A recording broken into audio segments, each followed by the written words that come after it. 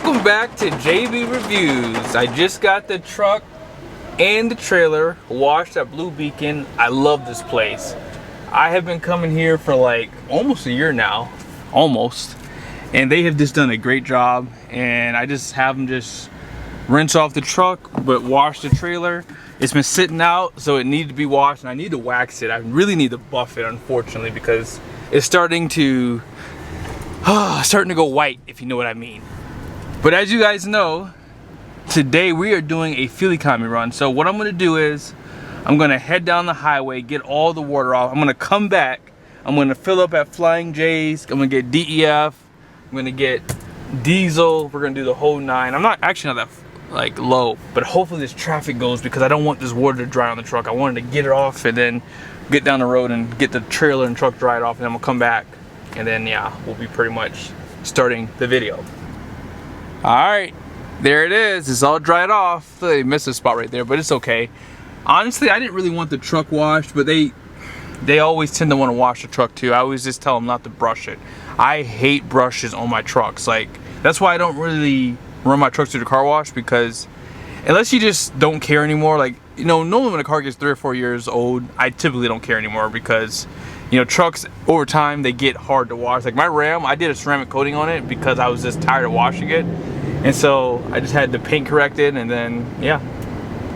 But we're gonna go ahead and head back the opposite direction, like I said. And we're gonna go ahead and fill up, and then we're gonna head on home. I still need to do some towing videos with the gasser, so stay tuned for that. Now we're back waiting in line to get fuel. Let's see what we got. Let's see how they did.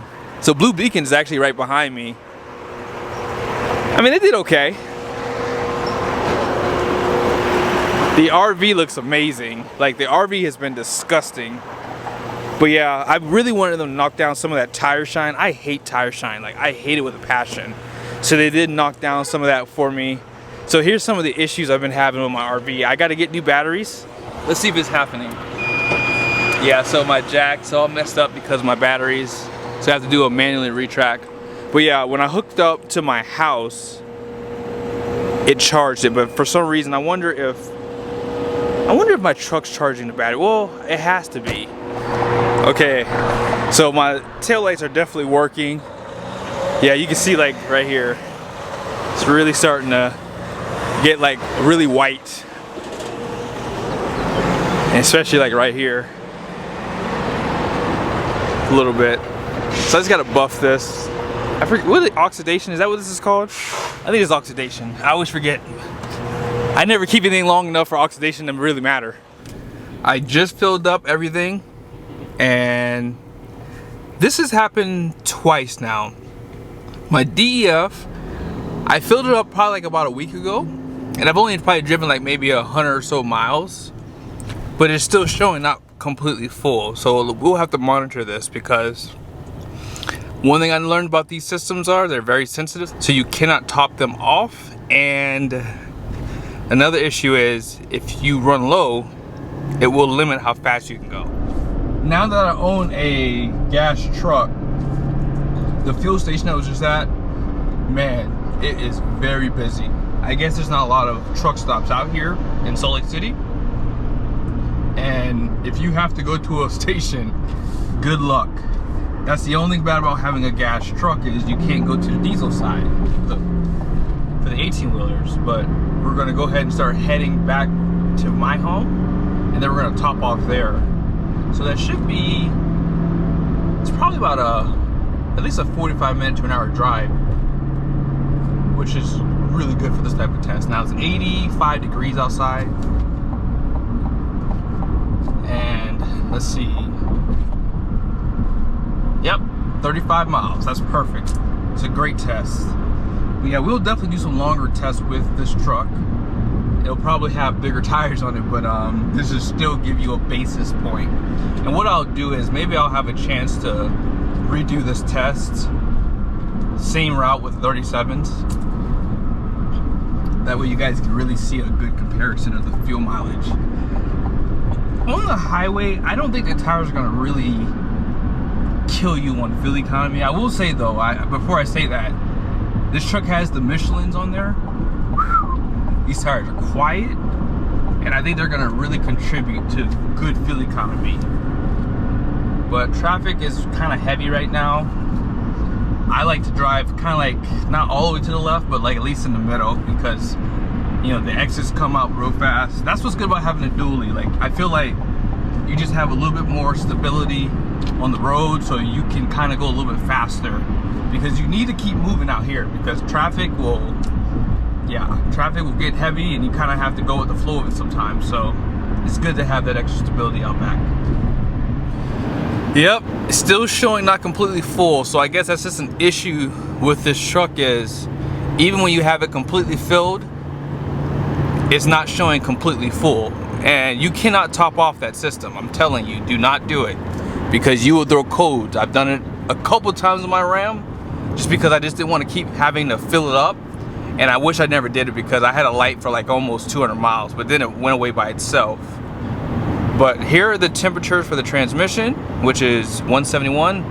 When I did the test unloaded, it was about 145. Now, 90 degrees outside, I would say that's pretty dang good. Now let's check out something else on this screen, but let me put my camera down so I can get there for you. Never mind. That's the only thing I hate about this system. Like, it sucks.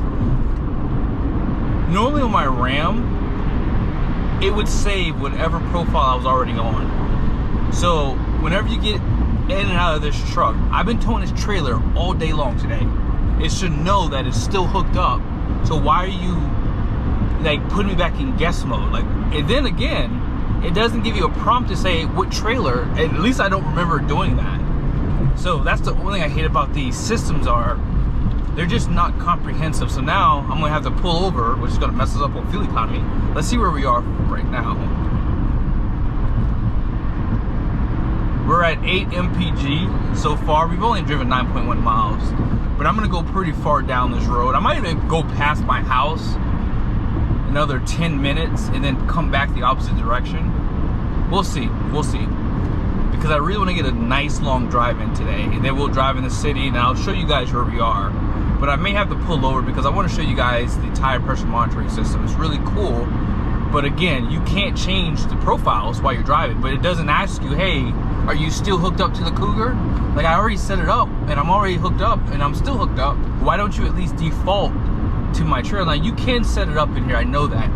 You can do a set as default trailer, but I guess for me, I haven't unhooked the trailer. So at least stay on the trailer that I'm on, at the very least. But yeah, right there, set as default trailer. What I'll do is, I'll do that when we stop here. I'm gonna stop in a little bit, but here's where we are so far.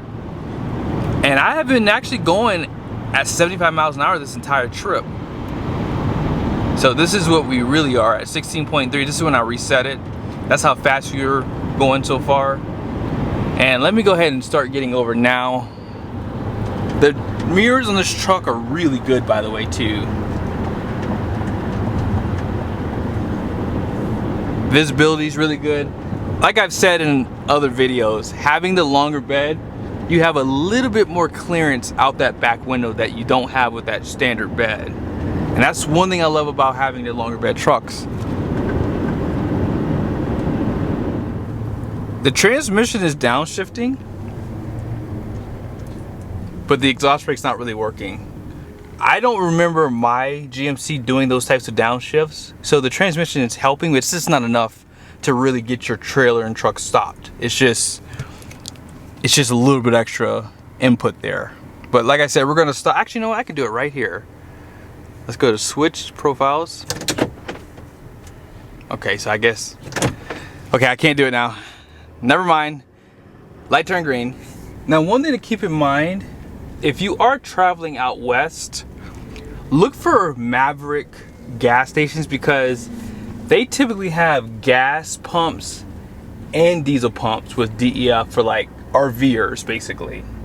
So you don't necessarily have to go to the truck stop even if you have a diesel, but it's always going to be easier. Now let me go ahead and show you guys what I got to do here real quickly. It won't take me but a second. So you have to be in park, which sucks too, and go to Cougar, And I'm gonna set this as default trailer, although this is not my default trailer. But yeah, I can basically now show you guys the tire pressure. So what I wanted to do when I was driving was, oh, there it is, nice. You see that? That's pretty cool. So while you're going down the road, you can literally see, hopefully you can see this, you can see the tire pressure and you can see the temperature. That is nice. Now that's not correct, because I know those tires are hotter than that, and I know that the tire pressure is going up quite a bit. So we'll see that change as we drive. But I love the split screen. Oh man, I'm telling you guys, like, this is why I like the technology. While you're driving, going down the road, you can be, you know, monitoring this. Good job, GM. That was a good thing to set up here. One thing you'll notice when you put the truck in tow haul mode is that the torque converter on the transmission does lock up a little bit more stronger, especially like at lower speeds. Like, I feel like it's like putting that torque where it needs to be at. It feels so good. It almost feels like the Eisen. The Eisen, you feel that even if you're unloaded. But yeah, I'm gonna get around this truck. So 40, 45, wow, 50, 55. Nice. Really good acceleration. Yeah, this engine is strong. I think the turbo is probably the culprit. They did change the combustion too. It has a better sound to it. That's the biggest like thing that I love about the new Duramax Gen 2 L5P. It has a nice sound to it, and like I said, that torque converter locks up a little bit stronger than I remember. I don't think they do anything different with the dualies, but all in all, it's just a really nice feel, like going down the road. Like, it feels confident, and that's what you really want when you're towing 13,000 pounds. There it is. Now you guys can see, whoa, 91, 92. So when I aired up the tires early this morning, I put them at 80 PSI. So yeah, going down the highway, they get up to about 91. Now the sun's hitting the tires, things like that too, and they're at 129 PSIs, 127. The sun is kind of like above me, so they're not really hitting the tires, but the ground's probably warm. I'm going to say something that's not going to be popular. I don't think you need a dually for this type of trailer. I know it's a 40-foot fifth wheel, but it's not that heavy. 13,000 pounds, yeah, it's not that heavy. Now, the only aspect of this trailer that would really require a dually is the floor plan. Typically, like wide body, front bath fifth wheels, they're gonna probably require a dually depending on how you travel. If you travel heavy in the truck, then you're probably gonna need a dually. Or if you do a front living, sometimes front living RVs have a little bit heavier pin weight. Or if you want to get a generator, washer and dryer, if you want everything in the RV, if you're planning on full timing, or if you just plan on full timing, you probably are going to need a dually. But for my setup right now, currently, we're not traveling in this thing full time. I think this is more than enough truck. So the good news is, I would buy this truck again if I know that I'm going to probably get a bigger trailer. That's the only reason why I would ever buy this truck in the real world. Like, for me personally, if I was doing YouTube, I would have never bought this truck. Primarily because it's not what I wanted. It's not really set up how I would like a truck. But all in all, it's really comfortable, and I think that it has enough amenities to keep majority of the truck drivers out there happy, especially on long trips. Like, these seats, they're a little stiffer than the competition, but it's not bad. I find that these seats are hit or miss depending on who you are. And when you're just cruising along, I mean, yeah, it's super comfortable. These Michelins they're the truth. And whenever you do turn the signal on, it does give you additional turn signal. It's just a really nice truck. I would like to have heads-up display. I do like that, and it would be kind of cool if they can incorporate this in the heads-up display. That would be awesome. Like, I'll check it on the white truck because I do have the heads-up display, but this truck does not have it. Yeah, this is no comparison with the dually. The one thing you lose instantly is that side-to-side motion that comes from the tire flex. Even when you max out the tire pressure, even when you have more robust tires than what the factory gives you, this is just no contest. Like, I'm looking back there, that trailer is straight as narrow. And I mean, even if I like turn a little bit, you don't feel that trailer going side to side. Like, I mean, when I like kind of like turn a little bit, it just planted behind the truck. And the truck, I mean, I'm sure the tires are flexing, but you have 4 back there, so they're able to kind of catch each other, more or less. I don't know how to say it, but the suspension out back feels actually about the same as it would be if it was unloaded, honestly, which is kind of interesting. Like, I don't feel like the truck got any softer. Maybe this is just not enough pin weight for a dually. Yeah, I mean, it feels, I mean, it's definitely, this truck is smooth. It's smooth, unloaded, loaded, but it feels about the same to me. I wonder if I were to put another, you know, 1,000 pounds on this truck, which would be about, yeah, it would be about 3,500 pounds. I wonder if it would really make a difference. Maybe we'll have to do a weight test. I normally do those anyways, but I definitely want to do it for the gasser. But I don't think you need to do it really on this truck. I mean, you guys know we have a ton of payload, right? Just hopped off the interstate. I actually drove a little bit longer than I expected. So we are at 48 miles, and I'm probably like 15 miles from my house. I gotta make a pit stop. I gotta go shop some insurance quotes today. So hopefully I can get the trailer in where I'm supposed to be going. Been traveling for about almost 50 minutes. And yeah, 57.3 miles per hour average. So I was doing about 75 for a little bit.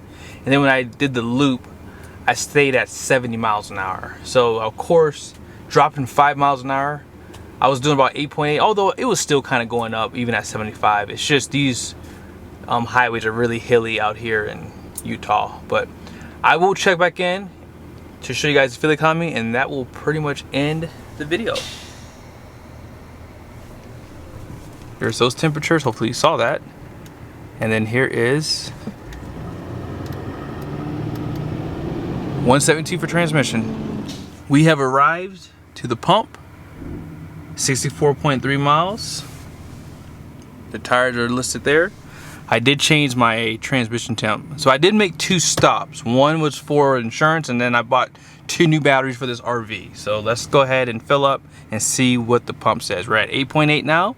Let's see what it says. So I want you guys to know, Utah doesn't get all the rain whenever I wash my cars. It did rain on the way home, so it was kind of pointless for me to wash the RV and the truck. But it's okay though, because a lot of the grime on the RV is for like 4 months, so it's still worth it to wash it even though it rained. Just popped off. 29.43. Let's wait about 30 seconds. I'll top it off and we'll see what the pump says. But we didn't burn that much. 7.3 at 64 miles. I think when I was unloaded, I did like what, 8.8? I don't know, but I did like almost 90 miles though, so there's a difference there. But all right, here it is.